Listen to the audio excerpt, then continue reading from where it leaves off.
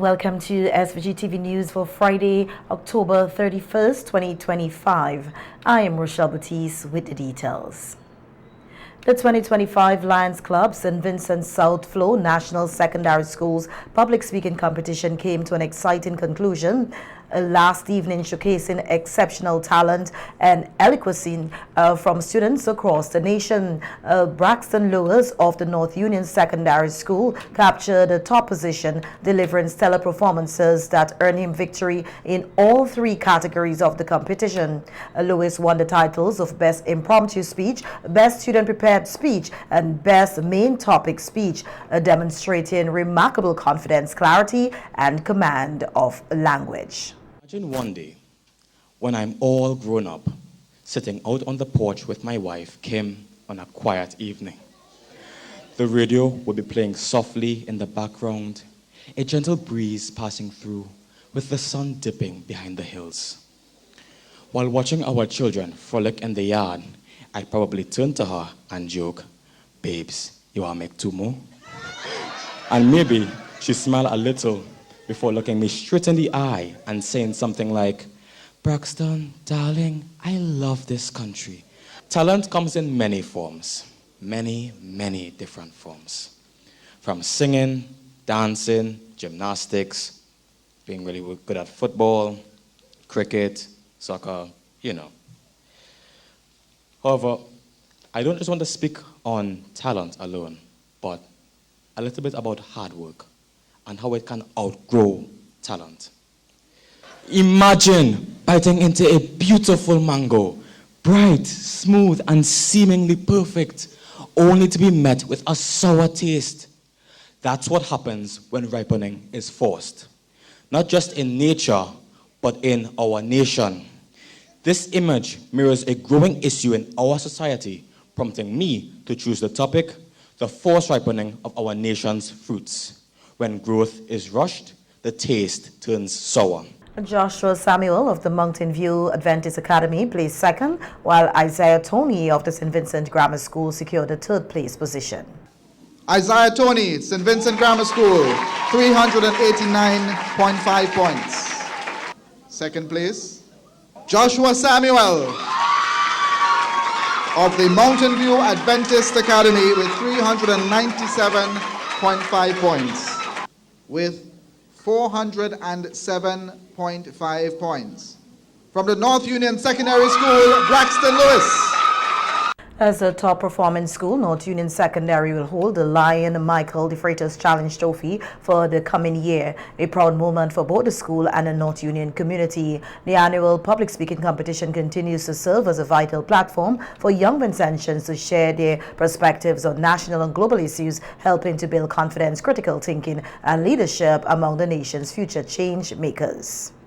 Another batch of skilled individuals have successfully completed training at the Kingstown Institute, the KTI, preparing them to enter the world of work and for some to launch their own businesses. Principal of the KTI, Caroline Nudd, commended the graduates for their perseverance, noting that although students face several challenges during their studies, they remained focused and determined to succeed. She also highlighted the high success rate achieved across all disciplines this year. Food preparation and cookery, electrical installation, and general office administration. Of this number, 30 students successfully completed their respective programs, while one student has been granted the opportunity to return this academic school year to complete his program. You 29 graduates have defied the odds, and you should give yourself a round of applause. Let us reflect for a moment on what it truly means to defy the odds. For some of you, it meant balancing the demand of training with the realities of life, such as caring for a family, managing work responsibilities, or simply make it to class despite transportation challenges and financial constraints. NED encouraged the graduates to continue their education and to apply the skills and knowledge they have gained to improve their lives and contribute positively to society. The beginning. The skill you have acquired is your passport to opportunities, but it's also a foundation upon which you can build.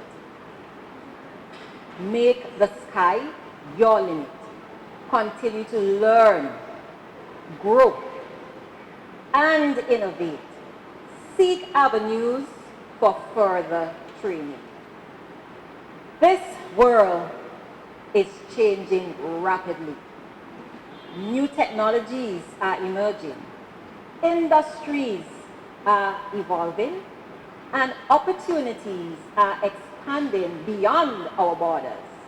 Equip yourself to meet those changes, whether through advanced certification, online learning, apprenticeships, even entrepreneurship. Keep expanding your knowledge and sharpen your craft. Calvert Coffee, a 2005 graduate in electrical installation and former KTI student, Aishata Nanton, also shared their experiences at the institution, describing their time at KTI as empowering and life-changing. So Brown is a very good craftsman, an inspiring mentor. He had a lot of patience, skills, and dedication, which not only shaped my understanding of electrical installation, but also for an appreciation for hard work and excellence. I could tell you now, when I go into any building, I'll start looking at the chunk in them. I start watching how they put up the lights them, make sure that they're good. You know, I start to actually examine people's work now that I have a good understanding of how electrical work is supposed to be done professionally. Defying the odds isn't about pretending challenges doesn't exist. It's about facing them head on. With fire in your soul and purpose in your heart, it's about pushing past fear, past doubt, and past every limitation ever placed on your name. I remember something Miss Ned told me one time we were doing a practical. She said, "You guys don't have to stay here. You don't have to just stay at the KTI level. You can go further. You can add your own flair to things and make it your own." At the time, I didn't fully understand what she meant, but its her words stayed with me. When it finally clicked, I made up my mind to keep going. I went away to the UAE. I studied in Dubai. I returned home and opened my business at 21 years old. The Kingstown Technical Institute continues to play a vital role in equipping Vincentians with practical skills, helping them to become employable, self-sufficient, and ready to meet the demands of the modern workforce. Assistant Comptroller of Planning, Research and Human Resources Development, Monifa Allen, has expressed excitement about the successful operation of the new Kingstown port, noting its potential to strengthen both trade and national security. Speaking during an interview on WFM earlier this week, Allen described the facility as a major step forward in improving gateway security and enhancing importation processes across St. Vincent and the Grenadines. Well, as everyone knows, recently, over the last weekend, we opened a new port of entry for St. Vincent and the Grenadines, and we're excited about it because it's a bigger port. It's we are excited to have more ships, more importations, and customs plays a very critical, vital role in ensuring that we have a safe and secure port operation. So we will be balancing trade facilitation with border protection and collecting revenue at this new port. So it's very exciting times for us. She noted that both the public and port workers have reported no issues with current operations, describing the transition to the new facility as smooth and well coordinated. Well, so far on our side, we're settling in. We have moved a few of our key services to the new port. and the officers they themselves are very excited. They were recently trained. They are ready for this new environment. Okay. The customers, I haven't heard much feedback because I think on Tuesday, was it Tuesday? On Tuesday, there was a ship that was called on Tuesday. There was also one yesterday. As far as I could tell, everything went smoothly. Everything is going well. I haven't heard any complaints. Alan further emphasized that although the port is a new environment, daily operations continued as normal, supported by a team of well-trained and experienced workers capable of managing port activities efficiently. So, because although it's a new environment, it's not something that we're unfamiliar with. We know this environment very well. We know the operations of the port. We know what was happening in Camden Park and at the transit shed. And Kingstown is a duplication of that, just better. Okay. Right? So as Lorenzo was saying, we had meetings with the Port Authority. We did walkthroughs. We walked through with the managers.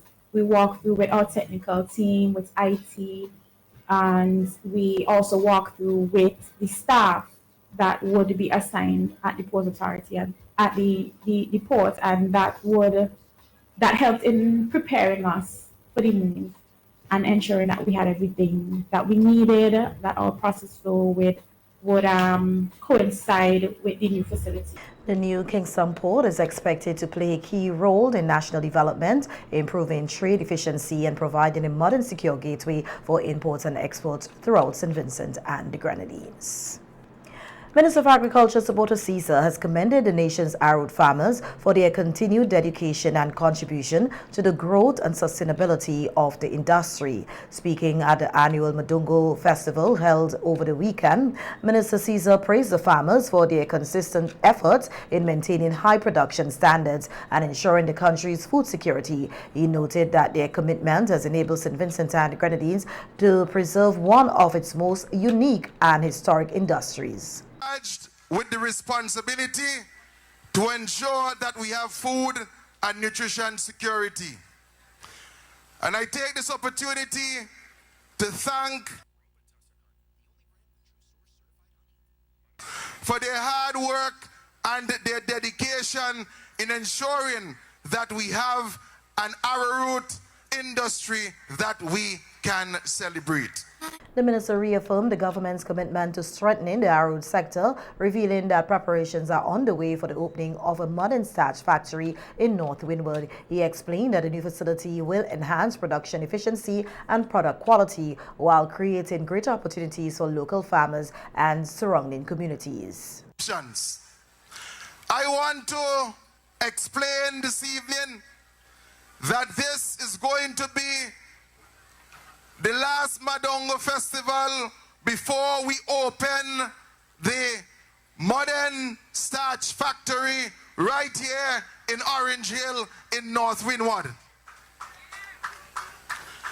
I want to recognize the work done by the Arrowroot Industry Association.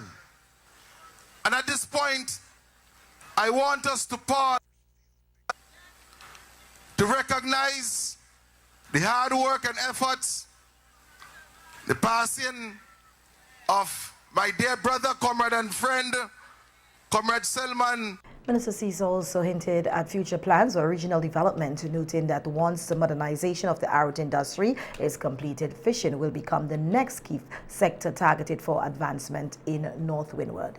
For fishing, not only agriculture, but significantly for fishing. And we are going to improve our fish landing sites, particularly work with the fishers throughout this constituency and throughout this country to advance fisheries. It is important that as we do this, that we take the opportunities that will be provided by the government so that we can move from just utilizing the pirogues to all implementation of a long-line fishing fleet in this country. The Solidarity Fishing Fleet will definitely benefit the people of this constituency. The Mudongo Festival, which celebrates the cultural and economic significance of Arrowroot, continues to serve as a platform for recognizing the resilience, innovation, and hard work of local farmers across St. Vincent and the Grenadines. Welcome back. In more local news now, we hear that an official viewing for the late Selman Walters, who served as general manager of the St. Vincent and the Grenadines Arrowroot Association up until his passing, was held today at the temporary Parliament building in Caliqua.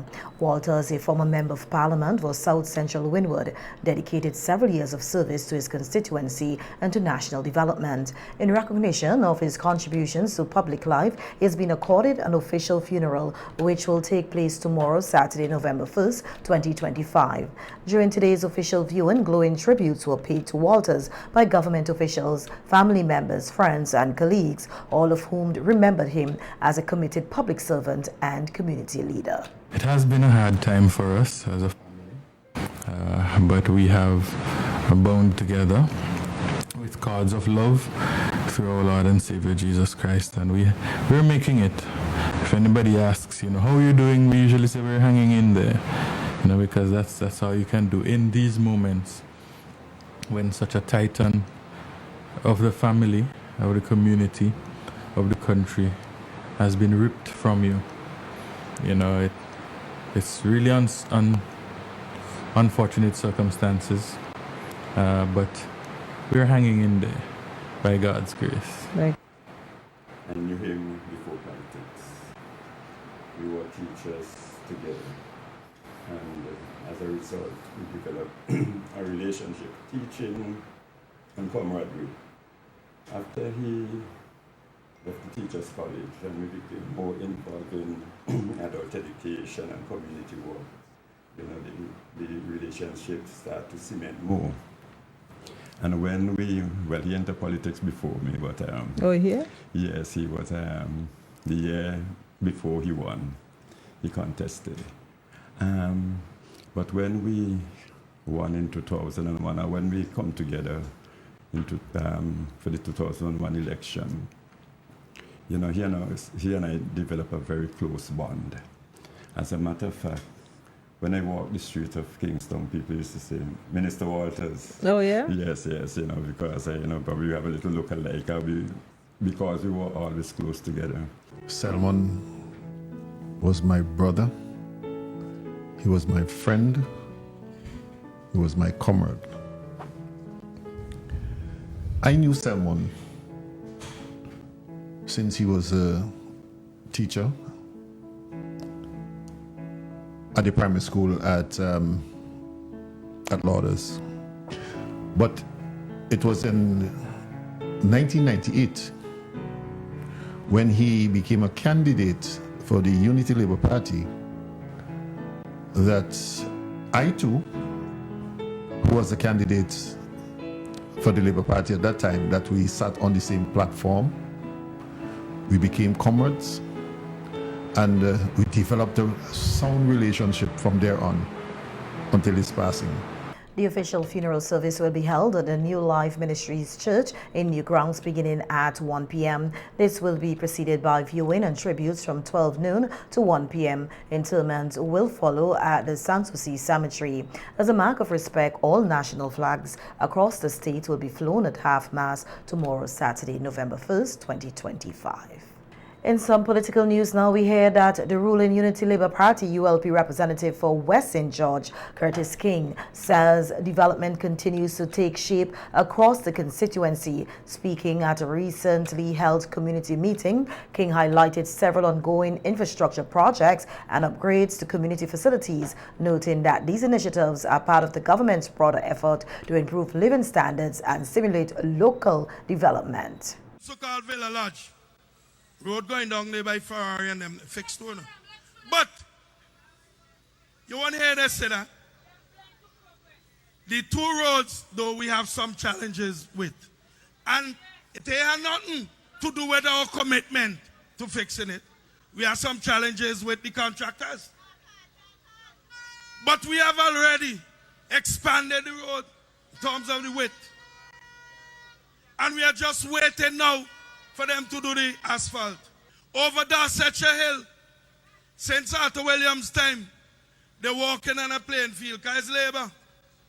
And that is why I always say, development is a process. It don't happen overnight.